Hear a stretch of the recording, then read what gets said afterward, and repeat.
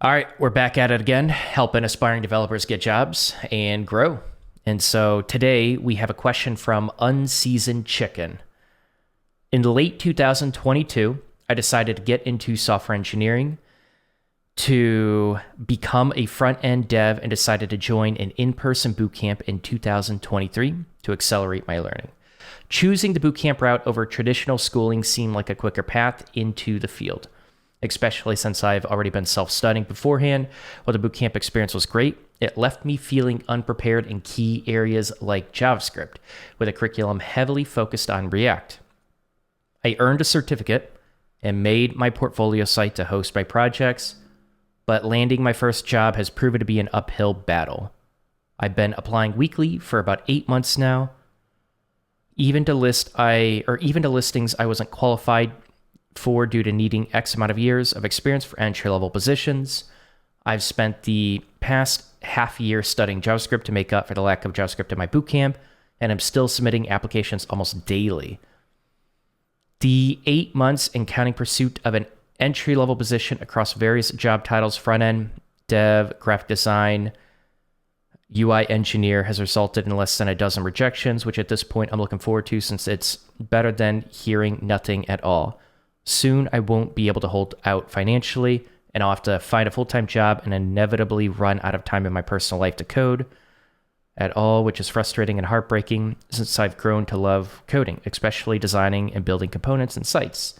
TLDR, I'm just trying to get into my first position. I don't care if it's writing HTML or CSS. Hell, at this point, I'll do coffee runs for developers if it means I can actually get into a company. It has probably never been a worse time to get into software engineering, and I find myself actively telling younger family members who ask about it to go for something more stable, when ironically was a sentiment I received when inquiring about software engineering. This was the stable career until it wasn't. I'm desperate for any advice on what to do at this point, maybe even going back to school if it betters my chances. All right, so I'm probably going to address some of these things sequentially. And there are a couple things to note. The market is rough, right? That's obvious. We can just acknowledge that. And we could also acknowledge that developers, like professional developers, are keeping their jobs in the market. There are professional developers doing very well, and there are aspiring developers getting jobs every day at entry-level positions, right? So both can be true. And so you asked her advice, like, what can you do? And that's what we're going to focus on, because I like focusing on actionable things that we can do that are in our control, because you have a lot more in your control than you think you do.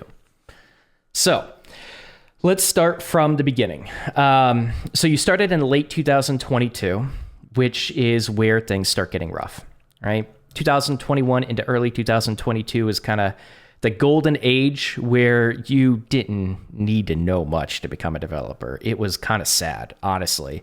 I mean, great for aspiring developers, but it brought in a lot of really crappy developers into the industry who just were they didn't really dig deep. They weren't curious developers. They just learned the bare minimum and they managed to get a job. And if you wanted a job as a developer, 2021 was a year to try to get it. But we are still in a rough market, and that's something to be aware of. But your goal was to join a coding bootcamp to accelerate your learning, which is true. That's what coding bootcamps do. They do that well. And often, if you get a coding bootcamp that doesn't do that well and jumps into abstractions too early, you go back and supplement with foundational learning, and you continue building projects to reinforce that learning. But they still achieve that task. They accelerate your learning. But then you go on to say it seemed like a quicker path into the field. Now that's a completely different thing. And that used to be true. Not in this market necessarily. So there are a lot of other variables to account for in terms of like if it's going to make it a quick path to get into the field. And you mentioned that you've been self-studying beforehand, which is great.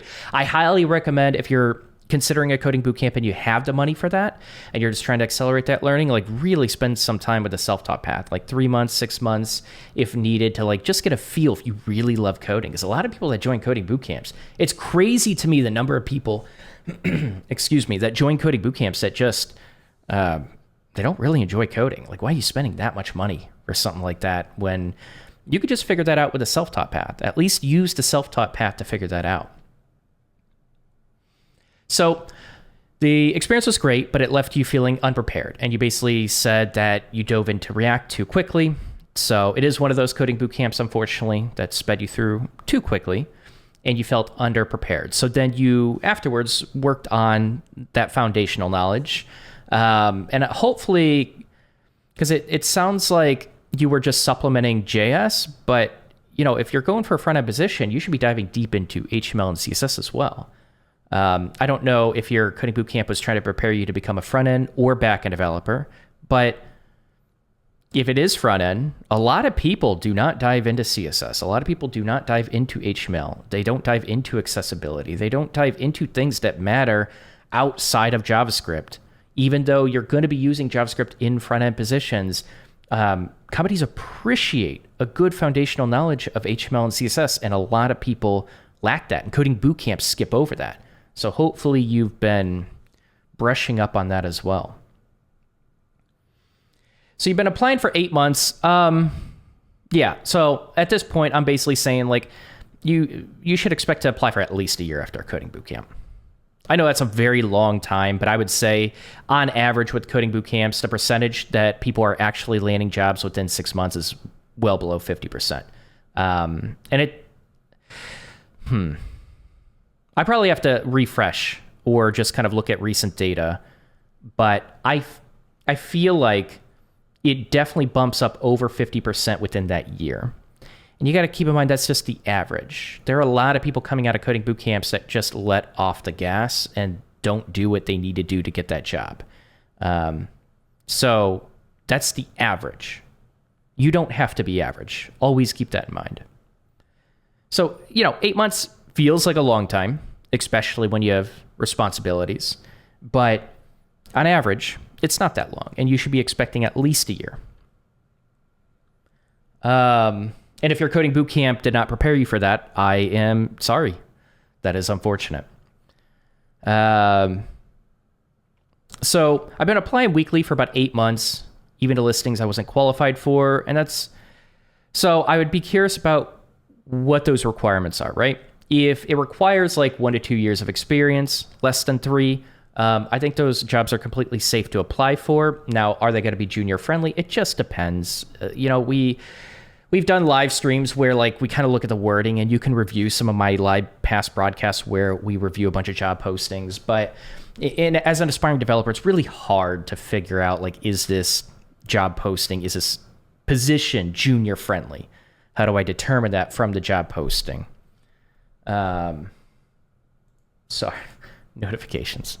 So you should be applying for positions that are that have less than 3 years required and that match your stack, right? A lot of companies want to hire people that know the stack that they're working with, and they want people that can just onboard extremely quickly. That's the reality of the market, and you can get there, but it's more targeted applications, because you gotta, even in your question, it's obvious that there is frustration and burnout. And, even applying for positions you don't think you're qualified for just taxes your mental state. It saps that mental energy, and it can maybe, like, in that moment make you feel like you're accomplishing something, when in reality, like, you could be spending it towards project work, or you could be spending it towards actually finding positions that you are more qualified for, which does take time. So you have to really consider, like, how many positions am I applying for that I'm completely unqualified for, like 3+ years of experience required. I don't think it's worth applying to those. I just don't. I don't think it's worth, even like if you're doing a quick apply, I just don't think it's worth it. A lot of people are just getting too burned out on all of the rejection and the non-responses, because companies are just getting so many applications. But I think a targeted approach is way more appropriate. And I'll think about if I even want to go into detail, like what that targeted approach looks like, because I went into that in my last episode. But yeah, I think you need to consider that you only have a certain amount of mental energy each day to try to make progress on this, and you have to spend your time and energy wisely.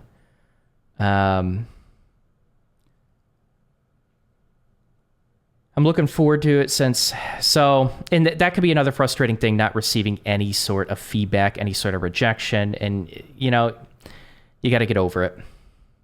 There's no other better way to put it. You got to get over it.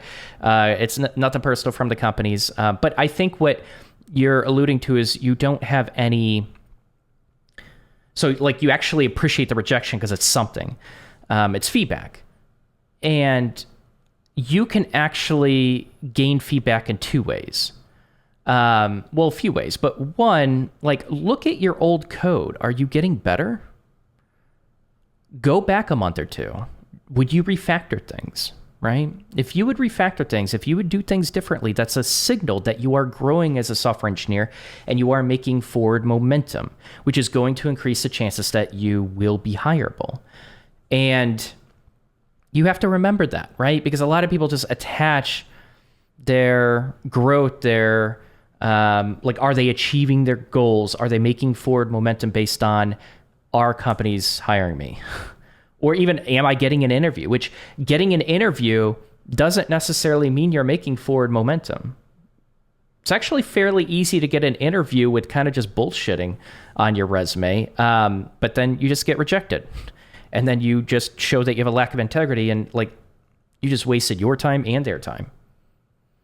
So even getting an interview, I wouldn't say is a step in the right direction. And I think this is tough, but I think you really have to analyze your growth as a software engineer because you say you really enjoy coding and that needs to come first. You talk about projects that you made a portfolio site to host your projects, but I don't see anything about like what is your most impressive project you are working on right now or that you just completed. Like, are you still doing project work? Because most of your day should be spent doing project work, heavy project work, always, always, always until you get that job. That's also going to reignite some of that excitement for coding because, again, if you're just focusing on, oh, did I get an interview today? Oh, did I get a job today? And that is your only signal for success, you will burn out, you will quit. So the fact that you didn't even mention a project that, like maybe you gained a user base behind, like you can build a really minor SaaS product. You can build a developer tool. You can build useful things that gain a user base that are incredibly impressive. And you make it sound like you just have a portfolio of projects that came from your coding bootcamp. Like those are low value projects. Employers don't trust coding bootcamp projects because they don't know if you've had a lot of help. They don't know how much effort you put into it on your own. They don't really, like, it doesn't give them a good signal of what you can actually do. Like, you should be building and building and building after that coding bootcamp. As an aspiring developer, I really want to stress this. You can build a project that serves a real purpose in the world, that actually solves real problems. What have you built? Like, it's kind of just like, sharing your frustration, but nothing, you're not really sharing what you think really makes you unique and makes you stand out. I'm seeing none of that here, which makes me think that maybe you've kind of let off the gas a bit. Maybe you haven't pushed out a project that you're really impressed with and that you're pushing out to LinkedIn. And there are other like product websites that you could push it out to. It just depends on like what the industry is of the problem that you're solving in your project. So build a real project that's useful to people. Get a user base. And if you get a user base, you could potentially charge for it. That's a very impressive project. Where is that here? So, correct me if I'm wrong, but I think you've kind of just let off the gas a bit. And you're just like maybe going back into coursework because you're saying like you're trying to get the foundation with JavaScript. I'm hoping you're not diving deep into coursework again. It's just, if your foundation is really that shaky, you're going to have to do some coursework, but you should be building to reinforce that coursework. So I'm just kind of curious what projects you've been working on recently. I'll have to find a full-time job and inevitably run out of time in my personal life to code. And that's a reality that you might have to face. And I would argue maybe you should face that reality sooner than later. You might not want to hear that. The market's rough. It's probably going to take longer than you thought it was. The fact that you even expected a job 8 months in and are completely surprised by this, I think you're going to have a rough time if you wait till last minute and then try to find a full-time job to then start catching up with your bills. Can you do a part-time job to slow the bleed financially and continue doing coding on the side? Because you mentioned that you feel like you're not going to have any time. Well, first of all, you should have time with a full-time job, right? It's going to be rough if you're working 60 hours, but 40 hours, can you find a job just paying the bills with that? There are people, aspiring developers, parents with, I wouldn't say newborns, but parents with children who have a full-time job, like single parents that are managing to code in their spare time. And I think the reality that you need to face is maybe to stop the bleed, I need to get a full-time job. And I'm going to have other responsibilities, but I might have to give up some things that I enjoy doing to continue coding on the side and make this work. I don't know your financial situation. I don't know if that is the right path. That's why I also mentioned the idea of like getting a part-time job to slow down the bleed and then still coding on the side and building projects. And networking, I don't see anything about like going to meetups, participating in hackathons. Are you meeting any developers? You could be tons of developers at meetups. Like get involved in the dev community. Who have you met? It sounds like you're just going with a rough, cold application approach and you're just spamming your resume out. This is the reality. Like this is just a lesson to everyone just doing the rough, cold application approach where you're just spamming your resume, even to positions you think you're not qualified for. I don't know why I just clapped. I don't know if you heard that, but this is the reality. This is what happens. I don't know how many times I need to show this example, but like you can do so much more with your time. You can be so much more effective with your time. And you got to realize like networking is still king. Who are you meeting? What are you participating in the dev community? It sounds like you don't have a job. I would have loved to see all the hackathon projects that you produced at larger companies that want you to solve real problems. Where are those projects? Do you have a really fun developer tool that you love to contribute back to, or a useful tool that you just use daily and you're like, hey, I really want to contribute to this open source project? That's a good reason to get into open source, to give back to the dev community. Who have you met? What group projects have you worked on? Have you gone to Discords and just met people and engaged in the dev community? I'm seeing none of that. Now, I know you can't just include all of that context, but I want you to think about some of this stuff. You're going through one of the hardest paths to become a developer with a cold application process where you are just spamming, and this is the result. This is the result for almost everyone that does this. You have to shift your strategy. Focus on networking, focus on engaging with developers, focus on building meaningful connections, build your presence on LinkedIn. And that means sharing your process of like, if you're learning something new, you're excited about something, make a post on LinkedIn. Engage with other people's content on LinkedIn. LinkedIn is a slept on platform for developers. And again, I got to mention this because every time I say this, you're like, I know what you're thinking. Like LinkedIn is so cringe. I don't want to be on the platform. Like curate your feed. Unfollow people that are just posting cringy posts and just follow people that are posting posts that you want to engage with. You can curate your feed, do that.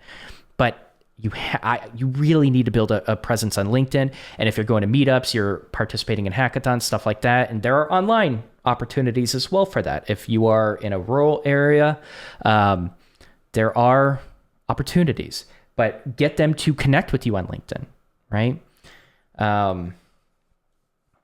I think you have to switch your approach and go more towards kind of like a networking style approach and a more targeted approach with your applications, because you should be applying for positions that are in the same industry as the problems you solve in your personal projects. You should be applying for positions where like it lines up. Your personal projects speak to the problems that you want to solve. It speaks to the stack that you want to work with. And that just lines up. Even if it's a basic version, it lines up with the application, the professional application of the company that you're applying to. You need to pair this networking side of things with a more targeted approach with a cold application side of things. And that's where people start seeing results. And you say, like, I've grown to love coding, which is awesome. Don't let off that gas. I don't care if writing HTML, CSS, hell, at this point, I'll do coffee runs for developers if it means I can get into an actual company. Cool. So that's, if you're willing to do that, then you're willing to go to local businesses, look up their website beforehand, see if you could really modify that and turn it into a better website and charge them a cheap rate to be able to produce, something better. And then, you know what you can do as a deal to give them a cheap rate. I want to go ahead and get some analytics for conversions, right? I want to see that I'm going to get some analytics like for the first couple of weeks of conversions. And, especially if it's a company where it's like, yeah, our website doesn't really do anything for us. Yeah, that's close to 0%. And then when you complete that website, putting analytics on that website to be able to track conversions of people making phone calls or, filling out a contact form would probably be a more practical way. That is like to be able to increase the leads by 3, 4, or 500%.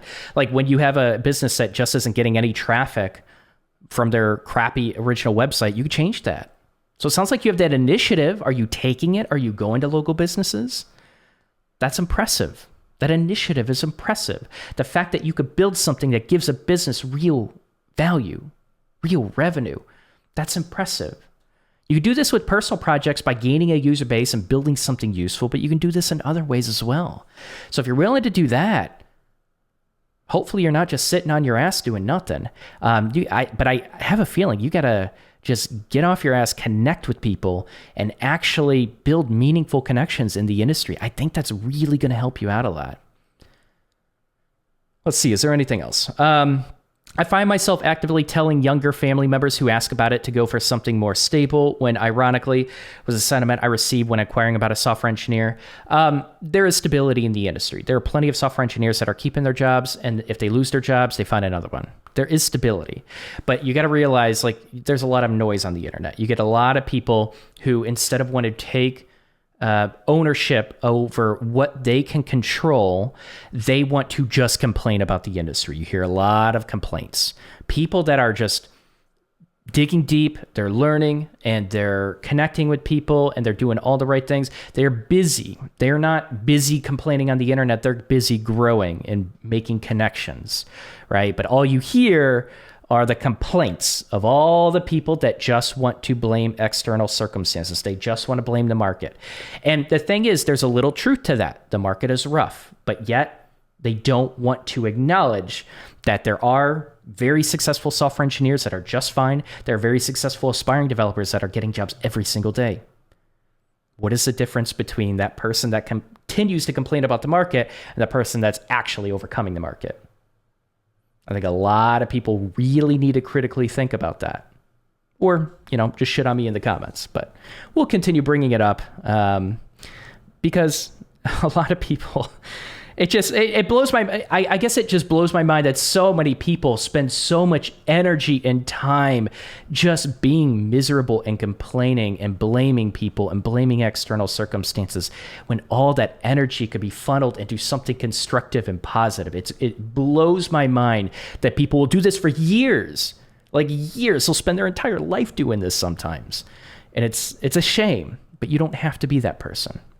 So the career stability is still there. It's not as great, but a lot of industries are hurting right now. But it is there. Job security is an illusion. If someone told you that there was job security in a dev job, that is a complete lie. There is no job security in any job.